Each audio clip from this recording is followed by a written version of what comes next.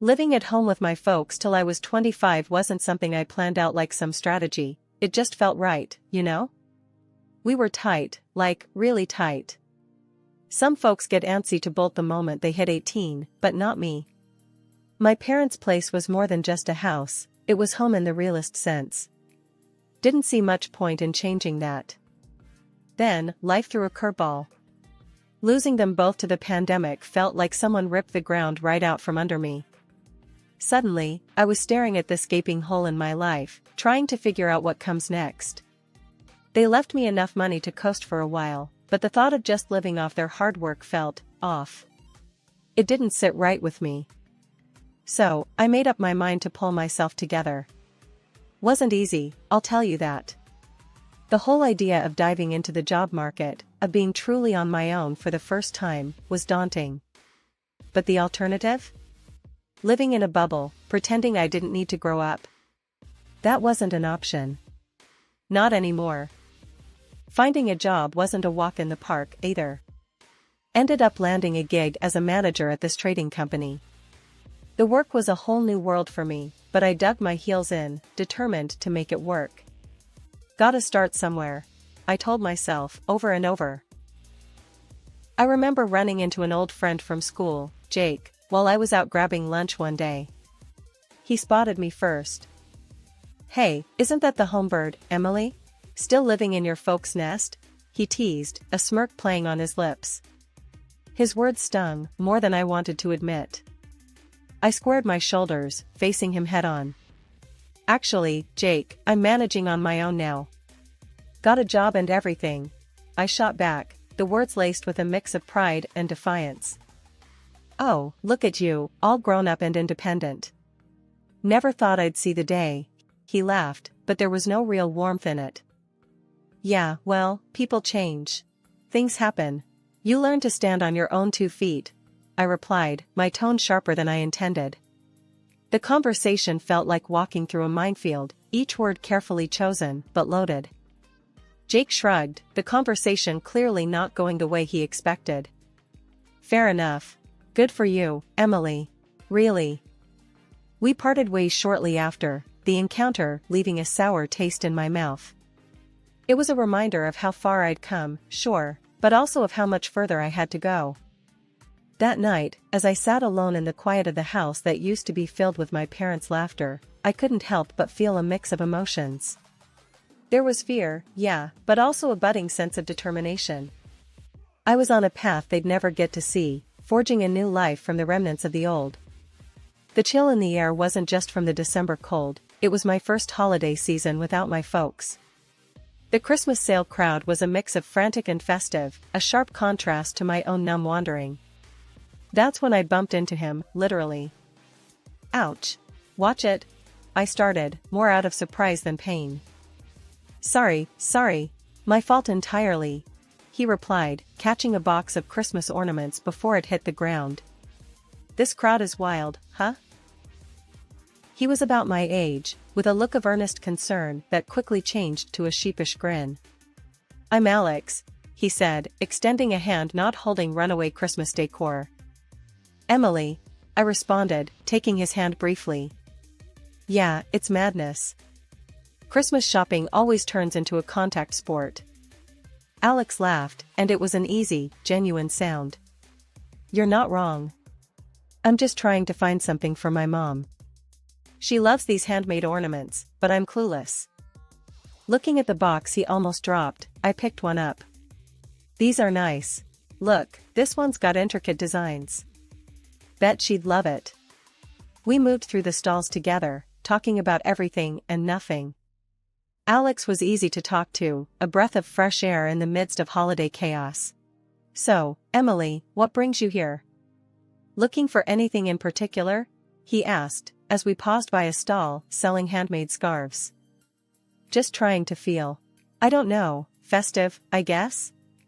My parents, well, it's just me now. Holidays feel different," I confessed, surprised at my own honesty. Alex's expression softened. "I get that. Holidays, they can be tough.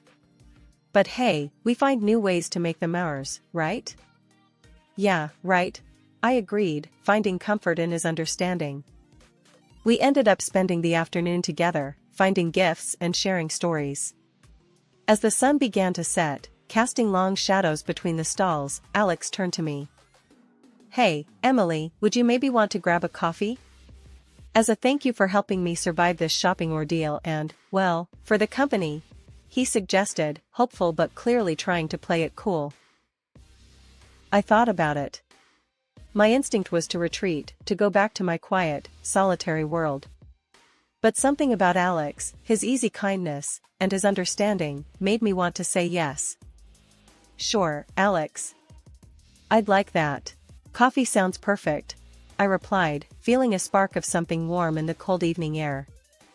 As we walked toward the nearest cafe, I couldn't help but think that maybe, just maybe, this Christmas would mark the beginning of something new.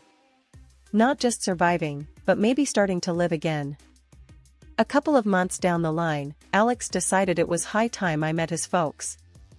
I was a bundle of nerves, hoping to make a good impression. Their welcome was polite, but I could feel the chill through their smiles. We were barely through the door when the questioning started. It was like stepping into the ring, except I wasn't prepared for this kind of bout. "So, dear, Alex tells us you lost your parents recently. That must have been tough," his mom began, her tone soft but probing. "Yeah, it was a rough patch. Still is, sometimes," I admitted, fidgeting with the hem of my shirt. The conversation felt too personal, too soon. "And what about work? Alex mentioned you're in trading? How's that treating you?" His dad chimed in, his curiosity not quite matching the warmth supposed to accompany such questions. "It's going good. Keeps me on my toes," I responded, trying to keep the unease out of my voice. "Must be quite the lucrative field, eh? What kind of figures are we talking about?" His mom's question hit me like a cold splash, too forward, too soon. I glanced at Alex, hoping he'd throw me a lifeline. The look on my face must have said it all, because he quickly jumped in. "Mom, Dad, come on, let's not grill her about money." "That's not important," Alex said, his tone firm yet respectful. I could have hugged him right then. Despite his intervention, the evening carried an undercurrent of unease. After we left, I couldn't shake the feeling that I hadn't measured up to their expectations. In the car, the silence was heavy until I couldn't take it anymore. "Alex, do you think your parents didn't like me?" The words tumbled out, laced with worry. Alex took my hand, giving it a reassuring squeeze. "Hey, don't worry about it. They're just protective, you know? Give it some time. They'll see how amazing you are, just like I do." His words were meant to comfort, and a part of me wanted to believe him. But the doubt lingered, a shadow on what should have been a straightforward step forward in our relationship. Settling into married life at my place was like a dream for the first 6 months. Me and Alex, we were in our little bubble of happiness. Sure, his mom, Mrs. Thompson, didn't exactly warm up to me, always poking at my cooking, my cleaning, even how I dressed. But since they lived a good drive away, those jabs were few and far between. We managed. Then one evening, Alex came home looking like he'd lost his best friend. "Babe, I've got to head out of town for work." 2 whole months, he said, barely meeting my eyes. My heart sank. 2 months? That's ages, Alex. What about us? He ran a hand through his hair, stress written all over his face. I know. It's the last thing I want, but I don't have a choice. And there's more, my mom's in the hospital. Heart problems. Hearing that about Mrs. Thompson, despite our rocky relationship, I couldn't help but feel worried. "Oh, Alex, I'm so sorry. Is she okay?" "They're not sure yet. She might need surgery," he replied, his voice cracking a bit. Without a second thought, I said, "I'll look after her while you're gone." "She'll need someone, right?" Alex looked at me, a mix of surprise and gratitude in his eyes. "You'd do that? After everything?" I nodded. "Of course. She's your mom." The next day, I took a day off and headed to his parents' place. Mrs. Thompson was already home from the clinic, looking frail, but stubborn as ever. "Emily, what are you doing here?" she asked, eyeing me like I might steal the silver. "I'm here to help out. Alex is worried about you," I said, trying to keep my voice steady. She huffed, settling back into her chair. "Well, I don't need babysitting, especially not by you." I bit back a sharper reply. "I know you don't. But I'm here to help, with cooking, cleaning, whatever you need." Mrs. Thompson squinted at me, as if trying to figure out my angle. "Fine. But I like my meals on time and my house spotless. And don't think you can dress like a slob here." I forced a smile. Understood. Those weeks turned into a trial by fire. I cooked, cleaned, and did my best to keep things running smoothly, all under Mrs. Thompson's critical eye. Every dish I made was either too salty or too bland, every room I cleaned missed some speck of dust only she could see. One evening, as I was scrubbing the kitchen counter for what felt like the 10th time, she walked in, watching me like a hawk. "You missed a spot," she said, pointing to a corner so far back it would require me to grow an extra arm to reach it without moving everything off the counter. "Mrs. Thompson, I'm doing the best I can," I said, my patience wearing thin. She snorted. "Clearly, your best isn't good enough." I took a deep breath, counting to 10 in my head. Alex was counting on me, and I wasn't about to let him down, no matter how much his mother pushed my buttons. "Is there anything else you need before I go to bed?" I asked, keeping my tone polite. "Just make sure you're up early to start breakfast. And try not to burn the eggs this time," she replied, turning on her heel and leaving me to my thoughts. Life at my in-laws became more of a boot camp than a recovery ward pretty fast. Every day, it was like waking up to a new list of demands from my mother-in-law. And every evening, I juggled my job and her endless requests that just piled up, one on top of the other. "Can you fetch me the remote?" "It's just there on the coffee table," Mrs. Thompson would say, pointing at an object mere inches from her hand. The first few times, I didn't mind. But then, it became a routine, her asking for things she clearly could get herself. Cooking dinner turned into a tactical mission, trying to remember all of her dietary whims. "I only eat organic greens, you know. And the chicken needs to be cooked just so," she'd instruct, her voice carrying that tone that said any deviation would be unacceptable. Evenings, the only time I could catch my breath, were hijacked by the blaring TV. Mr. Thompson had a thing for action movies, the louder, the better. There I was, exhausted, trying to find some peace, but instead, getting a front row seat to explosions and car chases. "You know, Emily, ever since you married my son, my health has just gone downhill," Mrs. Thompson threw at me one evening, out of nowhere. Her words stung, especially since I was bending over backward, trying to make her life easier. I tried to keep my cool, but it was getting tougher. "I'm really trying my best here, Mrs. Thompson. I don't see how my being with your son is causing your health issues." Her lips pursed into a thin line, clearly displeased. "Well, if you can't see it, I'm not sure how much help you are here." I was at my wit's end, dreaming of my own bed, my own kitchen, my sanctuary. But then, Alex called. "Babe, I'm so sorry, but I'm stuck here for another 2 months. The project's just not wrapping up as we expected." Hearing his voice, tired and strained, I wanted to be strong, to not add to his stress. "It's okay, Alex. We'll manage somehow," I said, trying to sound more confident than I felt. "Are you sure? Mom's not giving you a hard time, is she?" he asked, worry creeping into his voice. I paused, not wanting to worry him, but honesty won out. "It's been challenging. But I'm handling it. Focus on your work, love. We'll sort this out when you get back."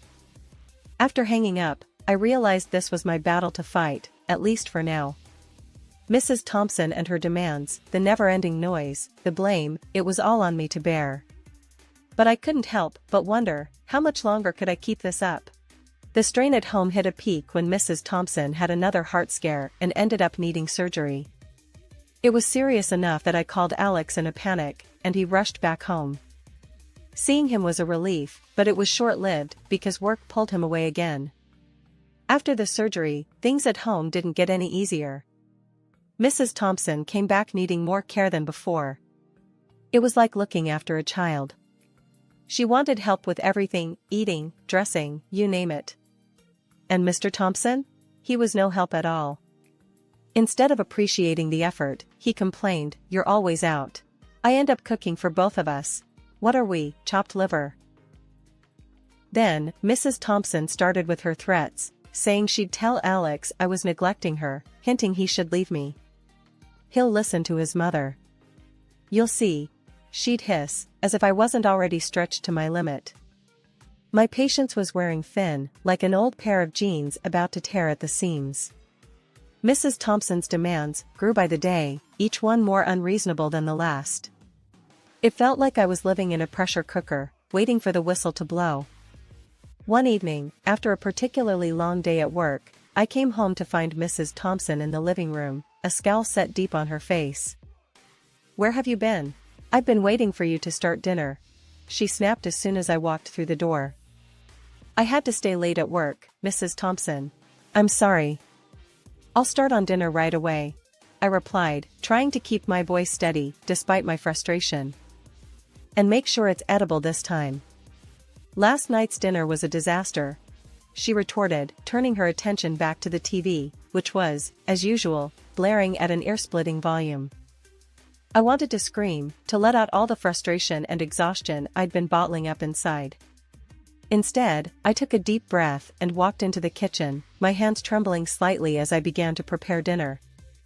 2 weeks passed like that, and my obnoxious ward should have fully recovered by now. However, Mrs. Thompson remained weak. One day I got off work early. I was tiptoeing into the house, hoping for a quiet afternoon, but what I found was anything but. There was my mother-in-law, lively as can be, chattering away on the phone like she was at some high tea party. Yeah, I've got her wrapped around my finger. Just a little act here and there, and she jumps. Does everything for me. Even the little things I can do myself, she boasted to her friend, her laughter echoing off the walls. I stood there, frozen, key still in hand. The realization hit me like a truck. All this time, her needing help, her pain, a good chunk of it was just an act.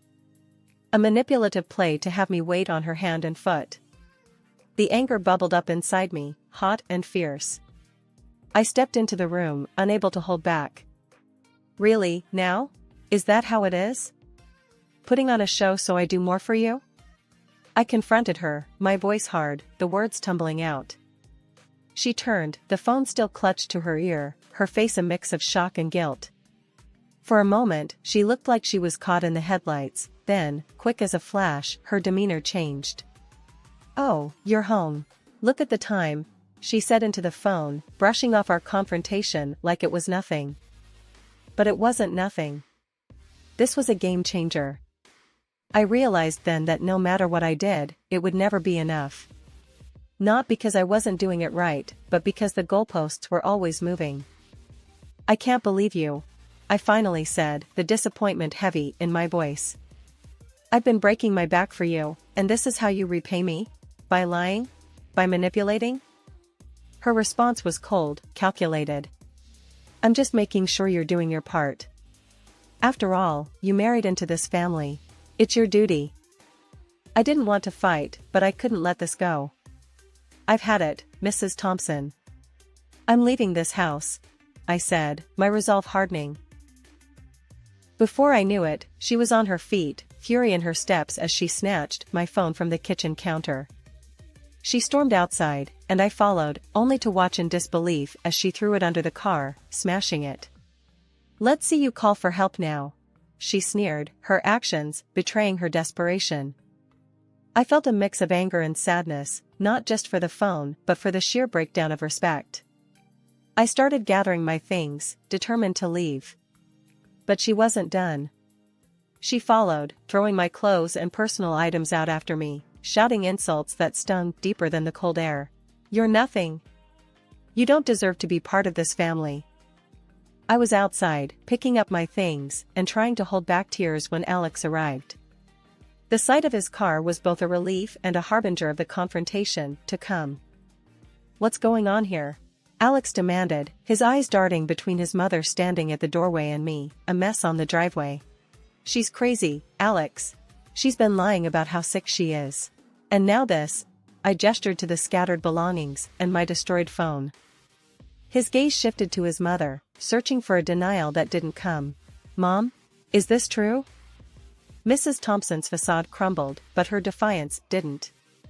"She was never good enough for you, never good enough for our family." Walking into his parents' house, Alex was a storm dressed in human skin. His face was set, his jaw tight, ready to confront the hurricane his parents had brewed. "I can't believe what I've been hearing and seeing. How could you?" Alex started, his voice heavy with disappointment and anger. His mom, Mrs. Thompson, shot back. "Oh, now you're going to believe her over your own mother? She's turned you against us, filled your head with lies." "That's enough, Mom." Alex's voice cut through her accusations like a knife. "I've seen the videos. I've heard the recordings. I've heard enough of your words about her. There's no denying what you've done." The color drained from Mrs. Thompson's face as realization sank in. Her bravado faltered, her usual sharp tongue suddenly heavy in her mouth. "And you?" Alex turned to his father. "You just stood by? You let this happen?" Mr. Thompson shifted uncomfortably, the guilt evident in his avoidance, to meet his son's gaze. Alex continued, his disappointment unwavering. "Did you know that she sold her parents' house to pay for your wife's operation?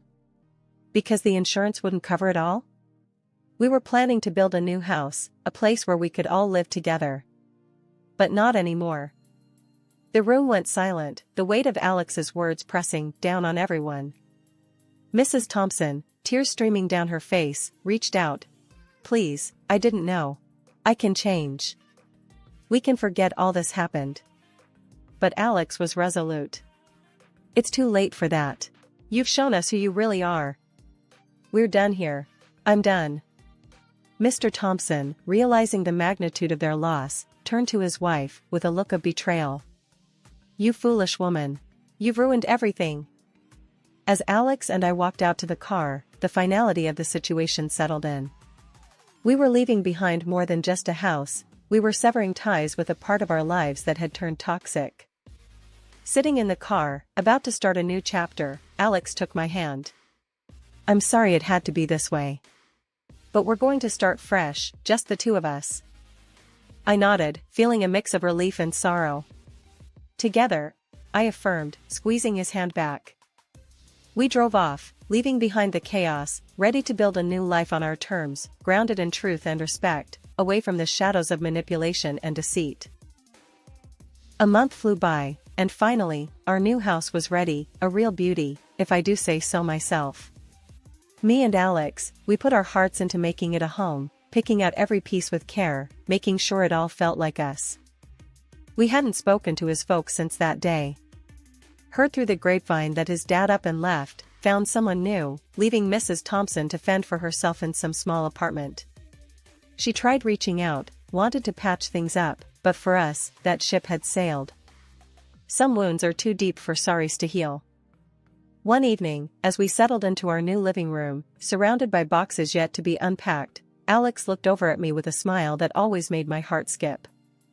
"So, babe, how do you feel about starting a family here?" he asked, his voice casual, but eyes filled with hope. I paused, the question hanging in the air like a promise. "A baby, here, with you? That sounds like the dream, Alex." He reached for my hand, his touch grounding. "I think we're ready to make new memories, good ones, in this place we built together." I nodded, the future suddenly blooming before us, filled with possibilities. "It'll be amazing. Our own little family." "Yeah," Alex agreed, a softness in his voice. "Our own fresh start, away from all the drama. Just us and a new beginning." As we sat there, planning for a future filled with laughter and love, I couldn't help but feel a sense of peace. Despite the rocky road that led us here, we were building something beautiful on our own terms.